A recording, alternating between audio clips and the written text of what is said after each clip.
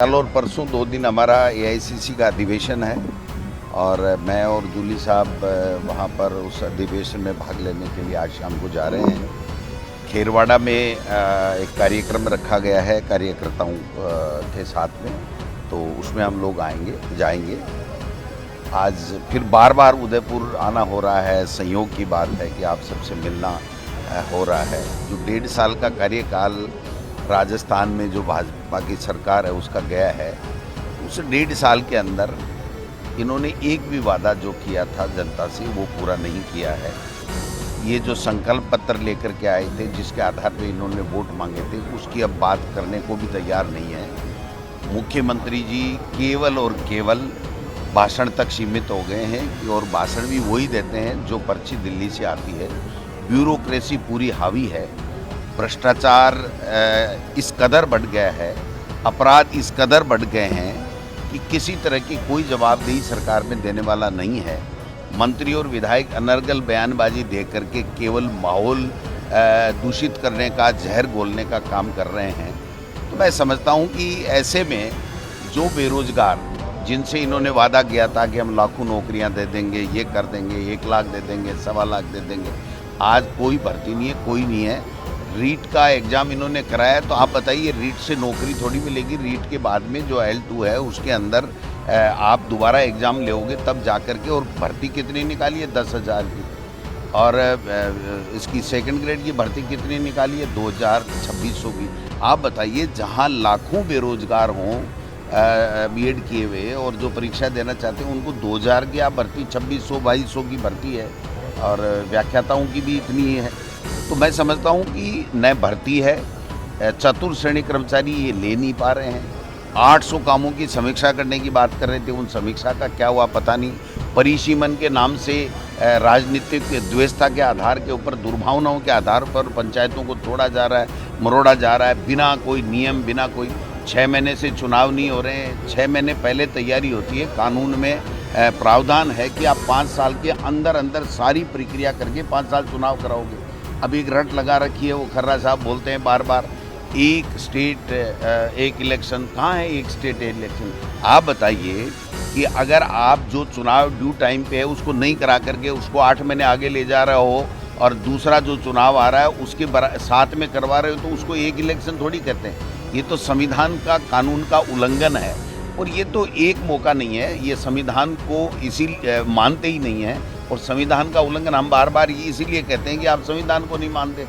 5 साल के अंदर अंदर इनको जो ग्राम पंचायतों का कार्यकाल नवंबर में पूरा हो रहा था, नगर निकायों का, और उसके बाद में जनवरी में ग्राम पंचायतों का, क्या हुआ साहब? आज तक चुनाव नहीं कराए। परिसीमन के नाम से रोजाना जो है उल्टे सीधे फैसले, कोई नियम नहीं है। 2011 की पॉपुलेशन से जो नियम है उस नियम को तोड़ करके और अपने राजनीतिक फायदे के लिए कर रहे हैं। एक ऑफ द रिकॉर्ड कमेटी बना रखी है, सरकार करती है परिसीमन, डिपार्टमेंट करता है, और आखिरी में मुख्यमंत्री और वित्त मंत्री की हैसियत से उनको परमिशन मिलती है। क्या है साहब? राजेंद्र जी राठौड़ साहब क्या हैं? अरुण चतुर्वेदी जी क्या हैं? घनश्याम तिवारी जी क्या हैं? वो OTS में बैठ करके अधिकारियों को धमकाते हैं, अधिकारियों पे दबाव देते हैं, CMO में वो मीटिंग लेते हैं। मुख्यमंत्री कुछ भी नहीं कह पाता, क्योंकि न तो उनको अनुभव है और न उनको अधिकार है कि वो कुछ कह दें।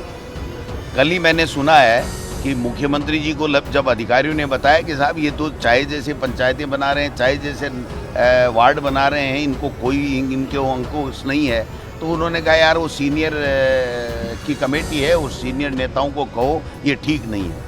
तो ऐसा कहने से नहीं होगा। मुख्यमंत्री को अपना बताना पड़ेगा कि मैं मुख्यमंत्री हूँ और निर्णय मैं लेता हूँ।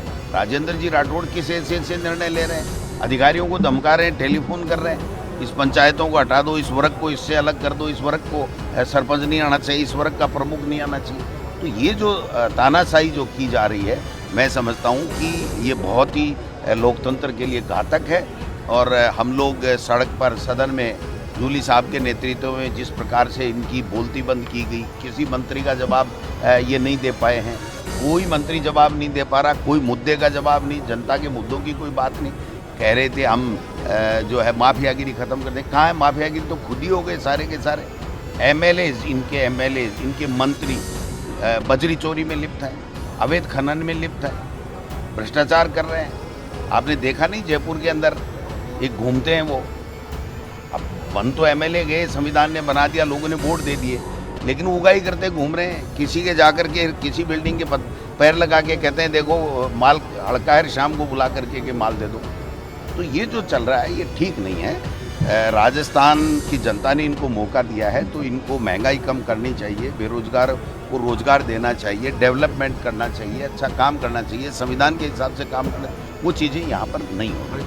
राठौड़ जी तो खुद बीजेपी को पंचर करने वाले हैं। मदन राठौड़ जी का कोई इस 6 महीने में 8 महीने में कोई बीजेपी को आगे ले जाने का कोई विजन देखा?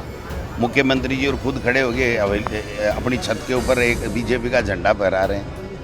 अरे भाई क्या कर रहे हो ऐसे? ये नोटंकी करने वाले लोग हैं, इनका कोई विजन नहीं है।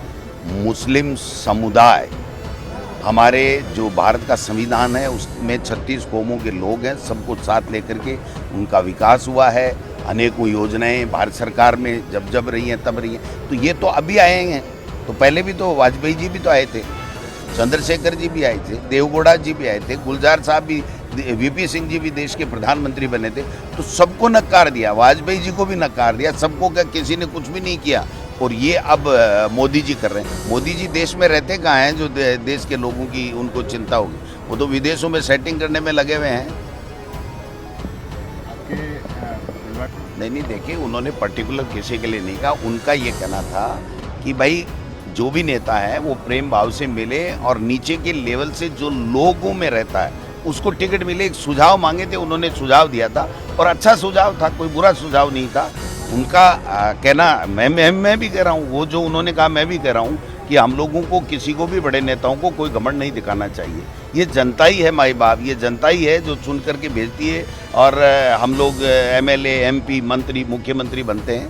इसलिए जनता के बीच में रह करके जो राहुल गांधी जी बार बार बात करते हैं उस बात को ही उन्होंने आगे बढ़ाया। और मैं खुद कहूँगा कि निश्चित रूप से किसी भी नेता को कोई घमंड नहीं पालना चाहिए। और कांग्रेस पार्टी का जो हमेशा से यही रहा है कि जनता के बीच में जाकर के उनके सुख दुख में भागीदार बनो, उनके बीच में रहो, उनकी समस्याओं का समाधान करो। निश्चित रूप से कांग्रेस पहले भी थी और आगे भी कांग्रेस पार्टी की सरकार आएगी। दोनों बातें हो गई ना। ब्यूरोक्रेसी हावी है, ब्यूरोक्रेसी क्या? ब्यूरोक्रेसी हावी है, मैं तो कह रहा हूँ मुख्यमंत्री जी हीरो है, एक बात। दूसरी बात, अनाधिकृत कमेटी जो भारतीय जनता पार्टी के जो हारे हुए नेता उनकी बना करके और पूरा परिसीमन करवा रहे हैं। और ब्यूरोक्रेसी इसलिए हावी है कि जो भी जितना भी भ्रष्टाचार हो रहा है उसकी कोई परवाह उनको नहीं है, जनता की उनको कोई परवाह नहीं है, जनता की जनसुनवाई से उनको कोई लेना देना नहीं है। पूरे तरीके से टेंडर फेंडर गुजरात की कंपनियों को देना, ये सारा खेल चल रहा है। तो वो काम में वो गड़बड़ कर रहे हैं, बाकी कामों में ब्यूरोक्रेसी गड़बड़ कर रही है और उस पर कोई कंट्रोल नहीं है। मुख्यमंत्री जी का कोई नियंत्रण नहीं है, कोई विजन नहीं है। बार बार मैं ये कहना चाह रहा हूँ, 4 साल से कानून था, किसी को कोई प्रॉब्लम नहीं थी। इनको आरएसएस के एजेंडे पूरे करने हैं। पहले 370 भी किया, फिर बाद में ये किया, सीए ले करके आए, अब भी ले करके आ रहे हैं। अडानी और अंबानी जैसे बड़े लोगों की बड़ी ज़मीनों पे कब्जे हैं और हो सकता है सुप्रीम कोर्ट तक उनके केस चल रहे हो, जैसा हम सुन रहे हैं। तो उनको सबको सेटल करने के लिए आपने देखा कि लैंड रेवेन्यू में अभी एक संशोधन लेके आए थे। जूली साहब ने वहाँ विधानसभा में कहा था कि कोटा के अंदर बहुत बड़ी ज़मीन किसी एक उद्योगपति को दे रखी है और सुप्रीम कोर्ट से वो हार गया है केस, इसलिए उसके लिए संशोधन लेके आ रहे हैं और ये वापस लेना पड़ा इनके विरोध के बाद में। तो ये सारा खेल यही कर रहे हैं कि केवल हिंदू मुस्लिम हो, पाकिस्तान हिंदुस्तान हो, कम्युनिस्तान शमशान हो, इसके अलावा इनके पास में कोई मुद्दा नहीं। अगर मुद्दा होता तो इनको जो वादे किए थे मोदी जी ने कि देश के लोगों को गरीबी रेखा से नीचे उठाने के लिए ये हमारा विजन है, ये कानून है जिससे मातृ शक्ति की मजबूती की बात हो, ये कानून है, ये उद्योग कल कारखाने हैं जिससे लोगों को रोजगार मिले, इस तरह की कोई बात आप देखिए। मनरेगा हम राइट टू वर्क हम लेकर के आए, राइट टू एजुकेशन हम लेकर के आए, राइट टू इन्फॉर्मेशन भ्रष्टाचार कम करने के लिए हम लेकर के आए। तो right to food Congress party ऐसा कोई बिल ये लेके आए हैं। ये केवल और केवल देश में तनाव पैदा करके अपनी राजनीतिक रोटियां धर्म के आधार पर सेकना चाहते हैं, जो लोकतंत्र के लिए खतरनाक है। किसका? 100%। कांग्रेस पार्टी ने तो तय कर लिया कि हम सुप्रीम कोर्ट में जाएंगे, तो सुप्रीम कोर्ट में जाएंगे, जो सुप्रीम कोर्ट कहेगा वो फैसला हम सबको, पूरे देश को मंजूर होगा।